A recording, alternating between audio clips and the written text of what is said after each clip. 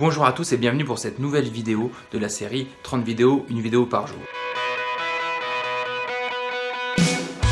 Aujourd'hui, on parle communication. Je vous propose de découvrir 3 astuces pour mieux communiquer. Mieux communiquer, c'est quoi? C'est mieux faire passer vos messages, mieux vous faire comprendre et créer un lien plus fort avec la personne avec qui vous discutez. Et ça vaut dans le contexte personnel, relation amicale, voire amoureuse, mais ça vaut aussi particulièrement dans le contexte professionnel, que ce soit dans des discussions communes avec des collègues, mais aussi dans des discussions plus tendu ou en tout cas avec des enjeux un peu plus importants, du type un entretien d'embauche ou un entretien annuel, ou encore une réunion de négociation. Alors c'est parti pour ces 3 astuces. La première, c'est ce qu'on va appeler la synchronisation physique. Elle est assez simple à comprendre, mais ça demande du travail et de la pratique pour que ça devienne subtil et qu'on ne donne pas l'impression de singer la personne. Ok, mais c'est quoi la synchronisation physique? Eh bien c'est tout simplement le fait de se brancher quelque part sur la personne avec qui on discute et d'adopter une posture et un comportement non verbal similaire. Alors de manière très basique, ça va être, là encore sans la mimer de manière excessive, le fait d'adopter la même posture qu'elle. Si elle a les bras croisés, de croiser les bras.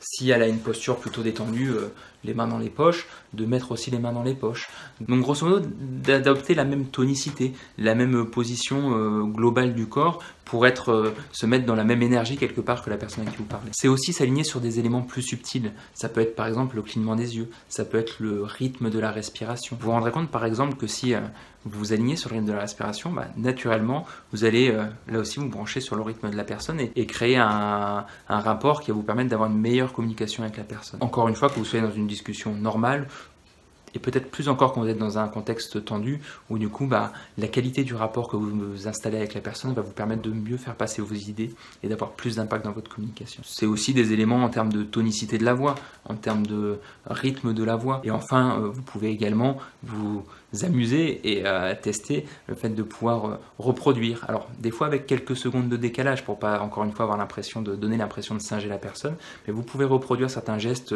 que la personne fait. Ça peut être des gestes de la main dans les cheveux.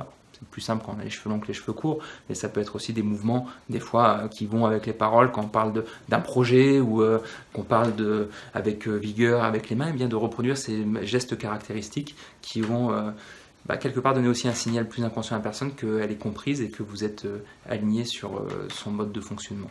Alors on passe à la deuxième astuce. Cette deuxième astuce, c'est tout simplement de se synchroniser sur ce que dit la personne. Et pour faire ça, il y a un moyen très simple, la reformulation. Et la reformulation, elle peut être là aussi plus ou moins subtile. Elle peut constituer à reprendre mot pour mot ce qu'a dit la personne sur des éléments importants. Par exemple, elle va tout simplement vous avoir expliqué que dans le cadre d'une négociation, ce qu'elle voudrait, c'est que le prix de vente d'un produit ou la durée d'un contrat soit de X euros ou de tant d'années. Et vous pouvez très bien reformuler mot pour mot en disant « Si j'ai bien compris, vous voudriez que le prix soit de temps ou la durée soit de temps. » Et j'en profite pour introduire une petite astuce bonus. Ce n'est pas parce que vous reformulez que vous êtes d'accord. Au contraire, le fait de reformuler peut donner l'impression en face réelle à la personne que vous l'avez comprise, puisque vous avez pris le temps d'exprimer son point de vue, ce qui vous permet derrière d'avancer vos arguments avec plus d'efficacité. C'est assez logique finalement, mettez-vous dans la position inverse. Quand vous avancez les arguments, est-ce que vous préférez que la personne, dès que vous avez fini de parler, fermez la bouche, vous balaye quelque part et puis avance directement en mode bulldozer ses arguments, les éléments dont elle veut parler?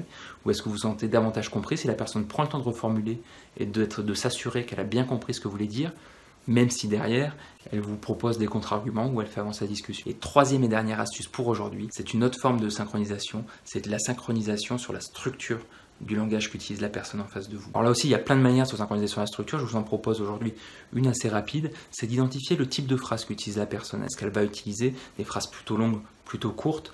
Est-ce qu'elle va peut-être utiliser aussi un certain champ lexical? Et puis de vous aligner progressivement et de reformuler en utilisant ces termes et en utilisant sa structure de phrase. On en a parlé dans une précédente vidéo. Si vous avez quelqu'un qui parle comme Proust écrit, c'est-à-dire en faisant des phrases où on se demande à quel moment va arriver la ponctuation, alors que vous préférez des phrases qui soient sujet, verbe, complément, clair, net, précise, eh bien vous allez vous rendre compte que dans la discussion, il va y avoir un certain décalage. Et l'intérêt, c'est de reconnaître que l'un n'a pas tort et l'autre raison, c'est simplement que vous ne fonctionnez pas pareil. Et donc si vous voulez faire passer vos messages plus efficacement, vous avez intérêt à vous aligner sur le mode de fonctionnement de la personne en face de vous pour pouvoir faire passer vos idées, communiquer clairement en fonction du mode de fonctionnement de la personne en face de vous. J'espère que cette vidéo vous a plu, surtout que vous allez tester, que ce soit dans une réunion de travail ou à la maison. C'est quelques éléments que je vous propose, que vous en verrez les avantages et l'intérêt, que ce soit pour faire passer des idées, mais surtout avant tout pour avoir une communication qui soit simple, qui soit apaisée, des fois qui soit efficace aussi. On continuera peut-être avec d'autres vidéos pour aller plus loin, et partager d'autres astuces pour avoir une communication bienveillante, apaisée, mais aussi plus efficace, plus convaincante. Si vous avez aimé, vous pouvez laisser un petit pouce en l'air, laisser un commentaire en dessous de la vidéo et puis télécharger toujours sur changeraujourd'hui.com le e-book que je vous offre sur les performances, les compétences et le bien-être. Je vous remercie, je vous dis à bientôt. Au revoir.